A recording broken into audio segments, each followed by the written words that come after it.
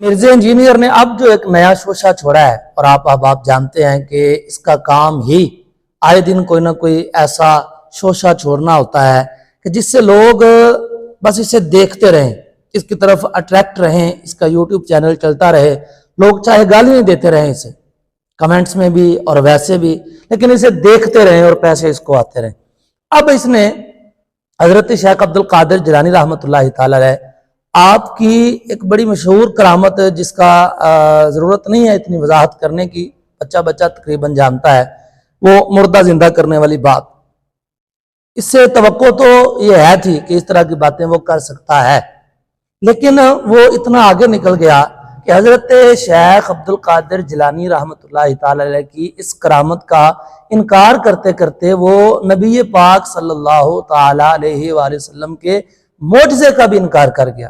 اور اس نے یہ کہا کہ یہ بریلوی حضرات، سنی حضرات ایسے ہی بس باتیں بناتے رہتے ہیں، کہانیاں کرواتے رہتے ہیں۔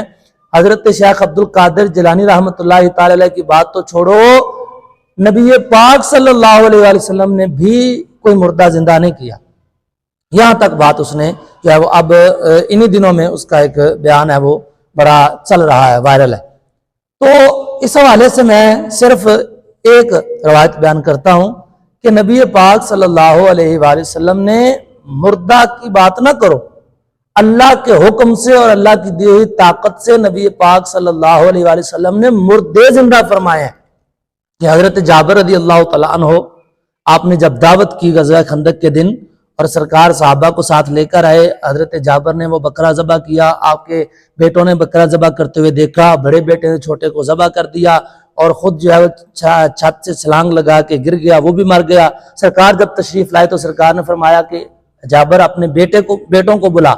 سرکار کی بارگاہ میں حضرت جابر نے وہ ساری بڑی لمبی ایک بات ہے، اس بات کی تفصیل کی طرف نہیں جانا، وہ جب ہم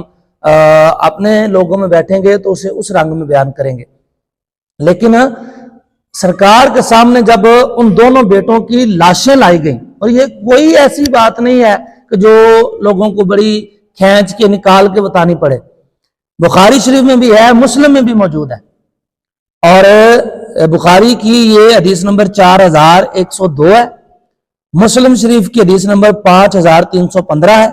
خصائص الکبریٰ کی جلد نمبر 1 ہے، صفحہ نمبر 227 ہے، اور السبل الہدیٰ والرشاد کی جلد نمبر 4 ہے، صفحہ نمبر 329 ہے،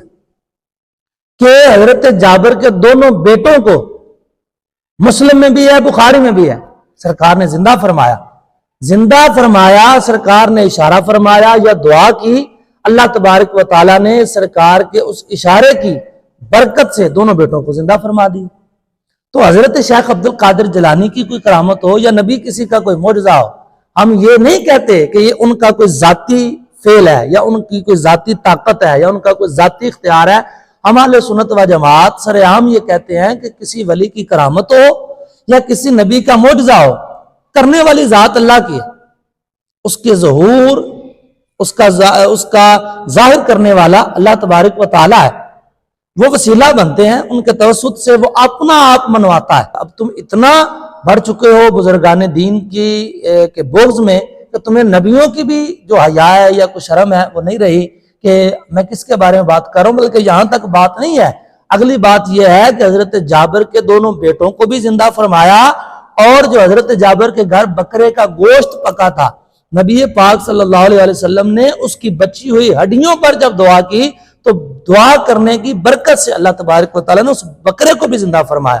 تو بات یہ ہے کہ کرنے والی ذات اللہ کی ہے،